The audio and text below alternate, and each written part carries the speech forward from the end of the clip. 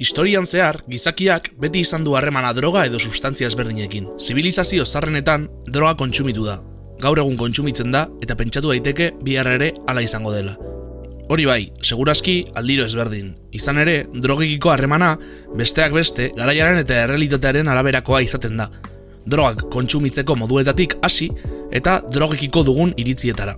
Dena den, Nazio Batuen erakundearen datuen arabera, 2020 urtean, 15 eta 64 urte arteko pertsonen droga kontsumoa nabarmen igo zen aurreko hamarkadarekin konparatuz. 26ko igoera. Eta joera horrek gorantzi jarraitzen du azken urteetan ere. Substantzien anistea, droga sintetikoen merkatuen zabaltzea, droga gogorrak, nahasketa posible ugariak, baina gaur egun kezkatzen algaitu horrek denak.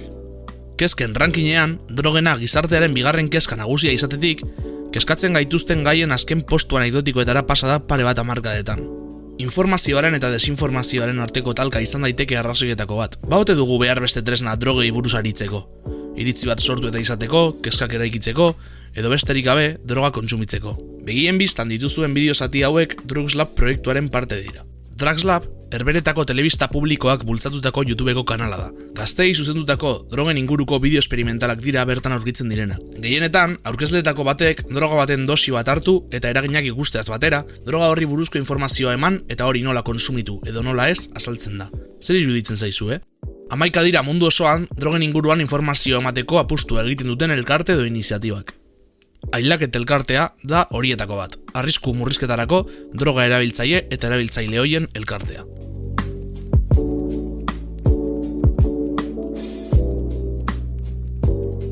Ni Irati naiz, Ailaket elkartekoa, eta Ailaket da elkarte bat droga erabiltzaile eta erabiltzaile horiek osatutakoa, eta itxen dugu lan arrisku murrizketan alde, drogekin zerikusi euki aldaben arriskuen murrizketan alde.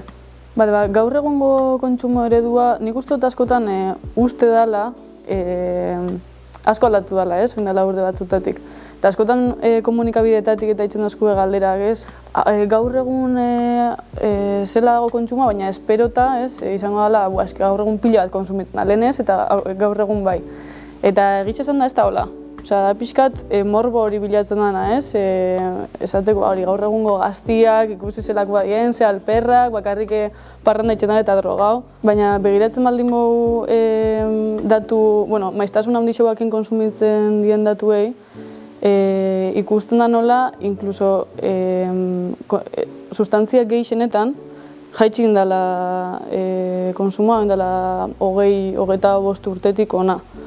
Hau da, konsumo esporadikoa bai igo dela, baina maiztasun batekin konsumitzia ez da igo. Ez da igo, espaldin bada, marihuanan kasuan adibidez, bai dela sustantzia bat nahiko sozializaudan eta normalizaudan azkenengo urtietan, eta gero psikofarmakoen kasuan be bai. Psikofarmakoena da nahiko kuriosua, ze gainera, 1997tik gutxi gora bera, igo da 110 bat edo hola, eta gehixen bat emakumean artean. Eta horre interesantia gero itxia irakurketa bat genero ikuspegitik eta hori, ez dela igual ja beste gai bat sakonagoa, baina, esaten dena hori, droga sintetikoak edo ez, dagoela bebai ustea, gero eta gehiago konsumitzen diela eta hori. Datuei begiratuta maiztasun batekin konsumitzen dianean, adibidez, MDMA, bai egon dela igoera bat esporadikoan, erabilera esporadikoan. Baina ikusten da 1997tik jaitxin dela erabilera maiztasun handi xaukua. Espizan kasuan, bebai, amfetaminen kasuan, jaitxin da. Kokainan kasuan adiez pixkat igoin da, baina ez dago aldea handirik. Heroinan kasuan asko bajau da, bai jarraitzen dabela konsumoak hor, baina ez da oindela 20 urte baino altuagoa. Nik uste dela igual, hori ez, igual irekixeu garela probatzera edo esperimentatzera, edo igual ez dagoela hain geizki ikusita bat ez be gaztia ganean gainera, ez gaztetasunak pixkate justifikau itzen dago, ez? Gaiztak erixak itxia edo probatzia droga ilegalak edola. Eta nik uste zentzu horretan igual bai irekixeu garela, baina azkenian kontsumo jarraituak bakarrik dare kasu konkretuetan, eta bueno, azkenean adikziora eramaten gaituen egoerak ez die drogak berak eragindakoak, baizik eta gure testuinguruak eragindakoak, ez? Eta gure testuingurua printzipioz jarraitzen da bantzerako, inkluso, bueno, zentzu batzutan okertuko da, baina, bueno, beti dauzkagu arazo antzerakoa gure bizitzan, ez? Orduan, adikziora eramaten gaituen kontu horrek aldatzen ez dien bitartean, nik uste dut konsumoan ez dagoela aldaketa ondila. Guk itxen daulan desinformazioan kontra, justo droga ilegalen kasuan batez be, ez daukagulako iso informaziorik, eta askotan baldin badaukagu faltsua da, ez? Edo akats askokin, edo, bueno, mito askokin. Orduan, ez dakit, adibidez alkoholakin edo tabakoakin badakigu zer gabizen konsumitzen, eta ze kantidadetan bebai. Farmaziako medikamentuen kasuan adibidez badakigu zer dan, ze printzipio aktiba dauzkan, daukagu prospektu bat esaten dauzkuna zela konsumitu dugun, ze kantidade, ze maiztasunekin, eta gero azaltzen dauzkue ze efektu sekundario aldituen, edo ze arrisku, dauzkagu esplikazio batzuk, edo azalpen batzuk nola egin. Droga ilegalen kasuan ez da pasatzen hori. Orduan zer pasatzen da, zuk imaginau medikamentu bat, X, batzuk egongo dira arrisku gehiago dauzkenak, bestatzuk baina medikamentu bat konsumitu behazula, inungo informaziorik eukibarik, ez? Hor sartzen dira arriskuak, adibidez psikofarmako bat konsumitzia ez baldin bakizu ezin dela alkoholakin nahaztu, dago arriskua handi bat, ez? Dala koma bat edo olako zehose.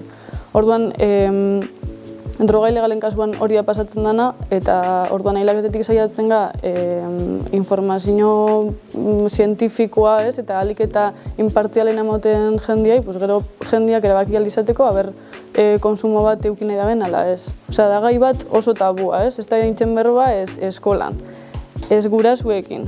Ez askotan lagunen artean, ez dakigu oso ondo, zeri buruz gabizen berbetan orduan, heltzen ga 16-17 urtera, jakin barik zer dien drogak, eta derrepente aurkitzen za drogekin zure bizitzan. Zure aurrian dauzkazu, eta ez dakizu ezer, ez? Orduan, hor da benetan arrisku egoerak emoten dien momentua, eta, ailaketetik itxen da pixkat lana, ebitatzeko egoera horrek, eta, ez eukitzeko esperientzia txarrak, ez eukitzeko arriskuak hori koma baterako, edo, holako egoera desberdinetarako. Ailaketetik daukau zerbitzu bat analizizena, eta hor analizatzen die muestra desberdinak, droga ilegalenak, eta hor ikusi genka, benetan espero dugun printzipio aktiboa daukan ala ez, ze korte dauzkan, zerekin dagoen nahaztuta, eta korte horrek arriskutsuak izan lehizken ala ez, osasunerako. Eta gero beste proba baten bitartez, gehiago tardatzen damena laborategi profesional batera bialtzen dalako eta hori, ikusten da sustantzia bakoitza ze portzentajetan eta ze kantidadetan dago. Ni nahi Itzol eta Ailaketa Elkarteko voluntariotzaren koordinatzaile. Elkartik berez deukez bost helburu, esango du, baina garrantzitsuena edo danak pixka bat barne biltzetxune izango zen drogen kontsumoari lotute egon aldi zen arriskuen murrizketa eta esango nuke droga erabiltzaile kolektiboan eskubideen babesa. Originalki elkarti sortu zen 1998 zen, hasieran formatu lan pixkaten militante baten, eta ja 2000 eta bigarren urtetik aurrera ofizialki sartzen da uste estatuko elkartien zentzen. Eta zentzu asko duke elkarte honek sortzi garai hartan, ez? Azkenin, droga erabiltzaile kolektibuk zeuken oso egoera txarra. Zeuen informazio oso gutxi, zantabu bat, gaur egun izaten jarraitzen den modun, baina hori gaur egun daukeguz igual erraztasun batzuk eta zailtasun batzuk bai, ez? Baina internet eskure eukitxi adibidez. Zuk ezin zendun sustantzia bat Google hau eta galdetu en plan zein da dosi letala adibidez tontakeria bat emoten da bela, ez? Garai hortan azkenin ahosako informazio besterik ez eban. Eta orduan hori, egoera kaskar hori bizita, droga erabiltzaileek eurek aktiba uzin eta hasi zen jarduna aurrera duten. Euren buru babesteko ez, eta euren buru zaintzeko eta euren inguru. Nik uste dut gaur egun bai erronka asko daukegu zela, gai honeaz lotute. Drogen kontuk tabu bat izaten jarraitzen dut, tabu oso lodi bat. Eta tabu hau da, gaina, gure gizarteko estratu danetan, ez? Legalki edo instituzioen partetik tabu bat izaten jarraitzen dau. Orduan erauntako iniziatibak bultzatzi gatxeitzen da, ez? Askotan posizionamendu hori emotik, kosta bitxe jakue, ulertzen da kontsumo arduratsuan ingurun berbaitxo gunin, gabizela eraren batera kontsumo bultzatzen, ez? Eta mikroruntz junde be, etxin edo familiarki be bai, tabu bat izaten jarraitzen dugu, kuadrilletan adibidez. Guri adibidez, suerte hau izan jaku sekulo herri bateko jaixita jun, bertara hurbildu eta erabiltzaile bat hurbiltzi, galdetzen zerbitzu ze ordura arte gauzen edo zelan nahi pixkat diskretuki hurbiltzeko, ez? Karo, euren kuadrillan ez da nahi jakitxi, bera droga erabiltzaile dela eta zelan nahi ez ikusteko. Eta hoxe, pasau denpora tartetxo bat eta kuadrilla bereko pertsona bat etorti bardine galdezka, ez? Zelan nahi aldot, zuekin egoteko, baina herrixen ez da isen jakin hori ni droga erabiltzaileena zela. Elkartin sentitzegun beste erronka handixetako bat da, hori, egoten jarraitzen daren estigmak, ez? Bai, gizarte mailan aurrerapen batzuk egon dizela, eta ja ez da lehen bizi izan modun bizitzen, baina jarraitzen dago estigma horrek egoten. Eta jarraitzen dago jentik arazuk eukitzen, euren buru erabiltzaile modun identifiketako, edo beran ingurun jakin izeteko. Eta gaina daukegu oso nahaz dute drogen kontu, ez? Alde batetik daz alkohola eta tabako eta kafeini, ez dizela drogak, eta gero daz drogak. Karo, dit droga legalak eta ilegalak, baina sozialki ez da ikusten guri hurbiltze jako askotan jenti posture. Eta, drogak ez, nik drogak ez, eta zigarro bat erreten eta kalimotxo bat edaten. Zetzu hor ja hiru sustantziak da, ez? Alkohola, kafeina eta nikotina, hori ja politoxikomania. Baina ez ikusi xeitzeko errestasun hori, ez? Edo gauza horrek aldentzeko. Eta bai da oso deigarrixe esparru militantitan zelan reproduzitzegon hori kanpun gizartin dozen estigma berdin honek, ez? Eta suerte hau izan jaku bai, hori hurbildu era hortako espazio batera, eta gure lanan inguruko duda asko uki edo pentsa hori gu azkenin gabizela kontsumoa propaganda egiten edo kontsumo bultzatzen eta ez kontsumo arduratsu. Ez talde bai, ikustegu oso biherrezko guk itxugu prebentziun lan.